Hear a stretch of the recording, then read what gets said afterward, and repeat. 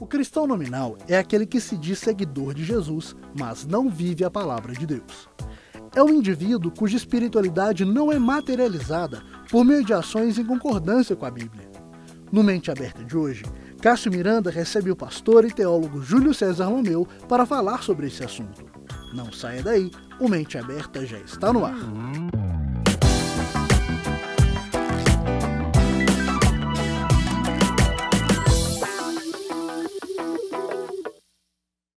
Seja bem-vindo a mais um programa Mente Aberta aqui da Rede Super.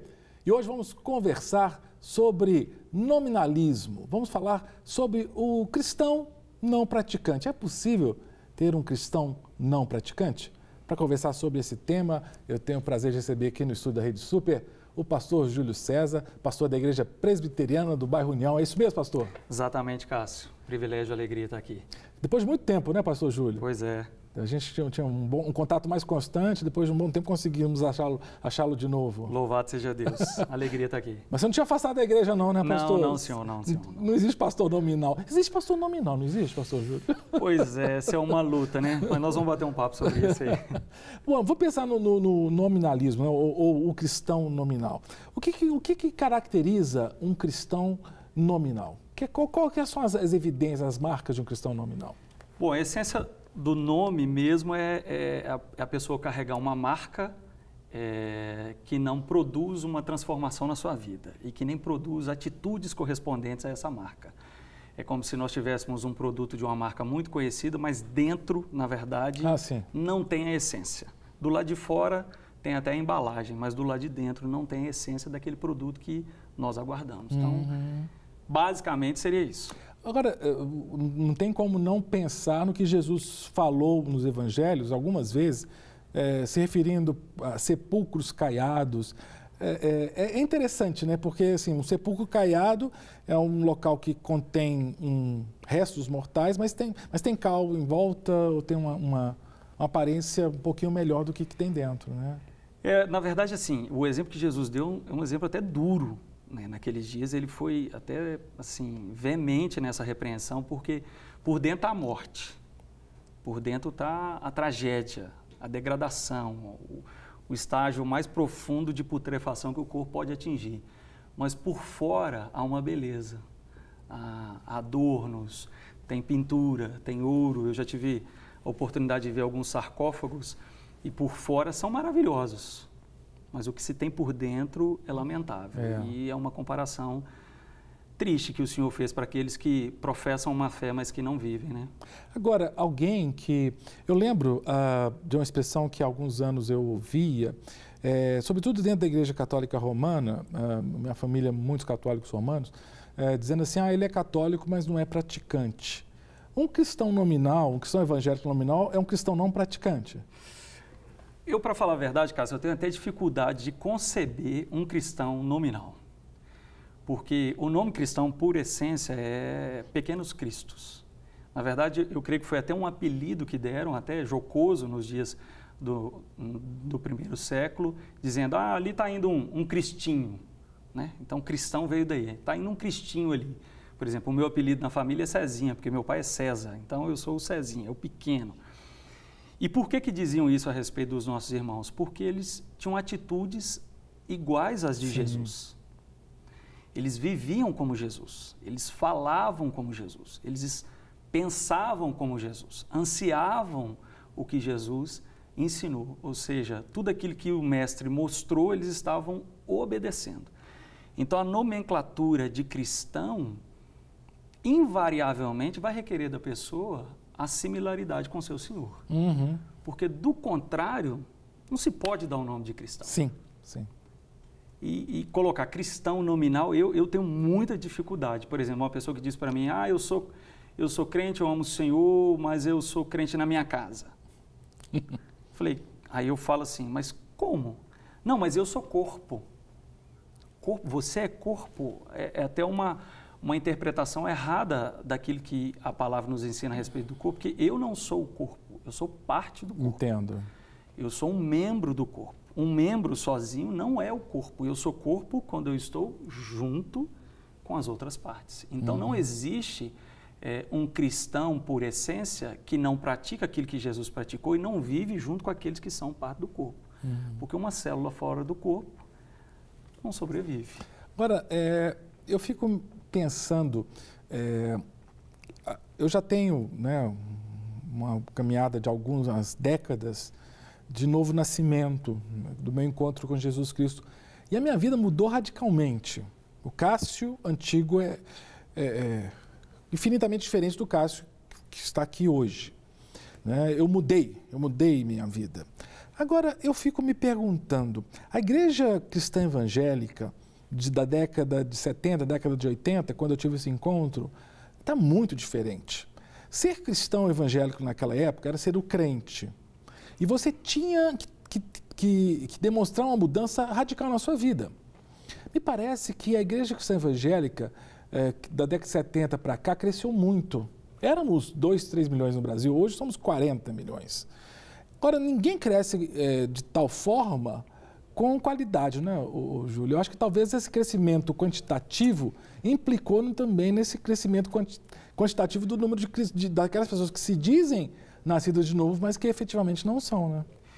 A palavra conversão, a palavra novo nascimento são expressões que a Bíblia está usando e os apóstolos nos ensinaram, que o nosso Senhor falou e que ele inclusive fala para Nicodemos em João capítulo 3, importa-vos nascer de novo, ou seja, tem que ter um novo nascimento, essa nova perspectiva, nova mudança. Outro dia eu vi uma pessoa comentando assim, olha, o pecado, eu e você somos um vaso de barro, o pecado nos quebrou, Jesus veio nos colar e o Espírito Santo é a cola.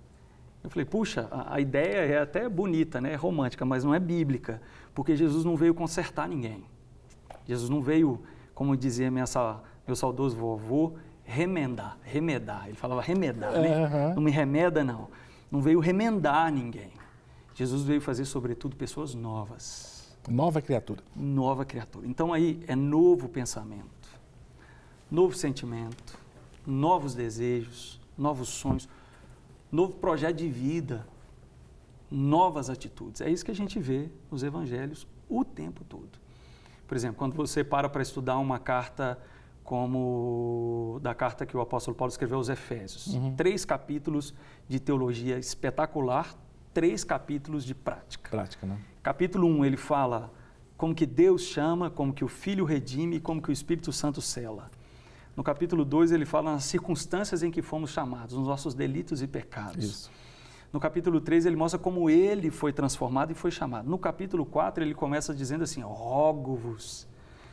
É um pedido quase que aquele de joelho, implorando, clamando, rogo-vos, como prisioneiro do Senhor, que andeis do modo digno do Evangelho a que fosse chamados.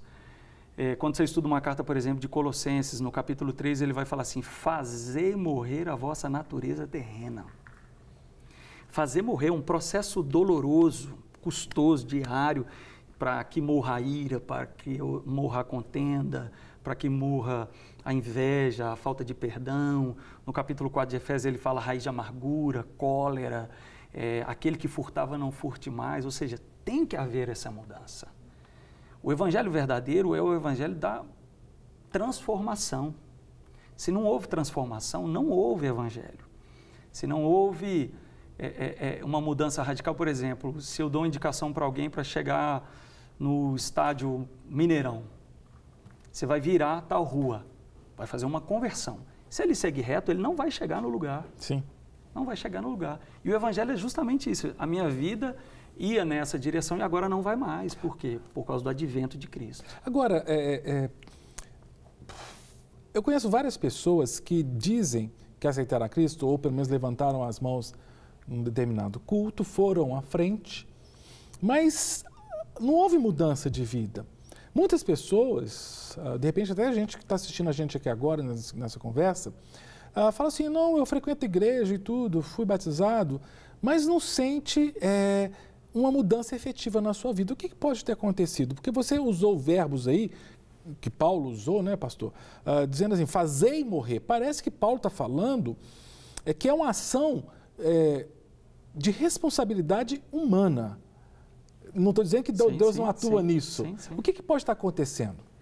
Bom, na teologia tem algo que é chamado de ordo salutis, que é a ordem da salvação. Nós entendemos que Deus aplica o princípio da regeneração no ser humano e a partir desse momento ele começa a produzir frutos de arrependimento em que vai demonstrar a fé, que é a marca expressiva da conversão. O que pode ter acontecido muitas vezes é um momento de emoção, né, um momento psicológico, em que ela foi levada por suas emoções ali e que de fato não foi tocada pelo Espírito Santo e não houve um novo nascimento. Agora, havendo ali um toque do Espírito Santo, mas tendo uma falha no processo de discipulado, acontece também esse estado de inércia da fé, né? De morbidão mesmo, de carnalidade que o apóstolo Paulo tratou nas cartas aos Coríntios. De falar que via uma carnalidade tão grande como não via entre os irmãos que não criam no Senhor. Então, a falta do discipulado, a falta da aplicação de Mateus capítulo 28, de fazer um discípulo, de lapidar mesmo a fé no coração daqueles que estão chegando, também pode acarretar essas práticas, infelizmente, danosas e que, como a própria Bíblia nos ensina, que infamaria o caminho do nosso Senhor. Agora, quando a gente ouve falar, né, de 40 milhões de evangélicos no nosso país, por vezes dá um pouquinho de orgulho de pensar que estamos crescendo, por outras vezes dá um pouco de preocupação. Na sua avaliação, desses 40 milhões, você consegue imaginar qual o percentual de cristãos que são nominais? Dura essa pergunta. Dura essa pergunta. Olha, eu não consigo precisar, eu consigo pensar, raciocinar. E o que eu penso é o seguinte, como que um país que tem 43 milhões de cristãos, que é mais do que a população da Bélgica, da Noruega, da Finlândia, enfim, incontáveis países, não tem 43 milhões de pessoas, como que 126 policiais foram assassinados no Rio de Janeiro? Como que 62 mil pessoas são assassinadas só por armas de fogo todos os anos no país? Todos os anos, 62 mil pessoas. A guerra no Iraque lançou um comunicado de 2014 para 2015 que eles estavam alarmados que o número de mortes passou de 12 para 16 mil. Uau. E eles ficaram assustados. E todos os anos... Na guerra, declarada, com bombas, aviões, tanques. E no Brasil, 62 mil pessoas são assassinadas todos os anos. E eu me pergunto, onde é que está a igreja? Para receber todas as novidades do canal, inscreva-se. E se curtir o vídeo, clique em gostei.